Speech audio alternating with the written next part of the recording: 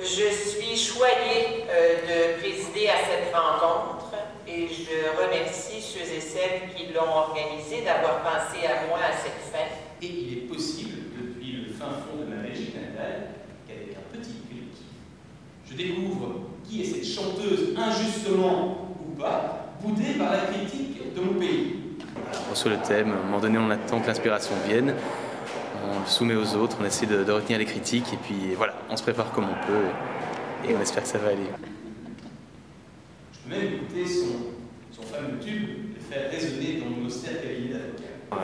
Je me suis préparé comme mon confrère en attendant un petit peu l'inspiration, en cherchant, faisant des recherches historiques et puis en combinant le tout jusqu'à cet après-midi, finalement depuis le vol dans l'avion jusqu'à tout à l'heure. La phrase est extraite d'une chanson populaire québécoise intitulée « Ça va bien » que l'on doit à une dénommée Kathleen.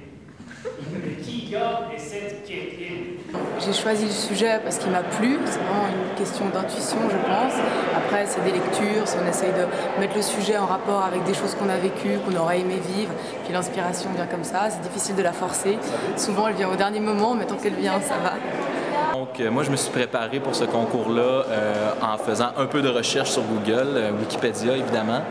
Je me suis préparé fortement aujourd'hui avec mon frère qui est un ingénieur du son, donc on m'a enregistré, c'était de la haute performance vraiment, on espère rendre la marchandise correctement tout à l'heure.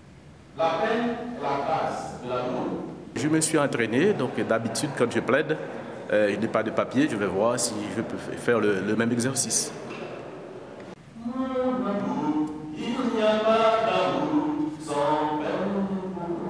À la lecture des autres sujets, j'étais quand même davantage attirée vers celui-ci qui me semblait un peu plus de place à une certaine philosophie, à une certaine éthique, un certain caractère, je dirais, particulier.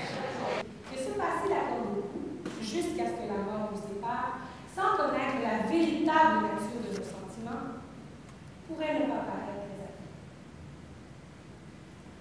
très attrayant.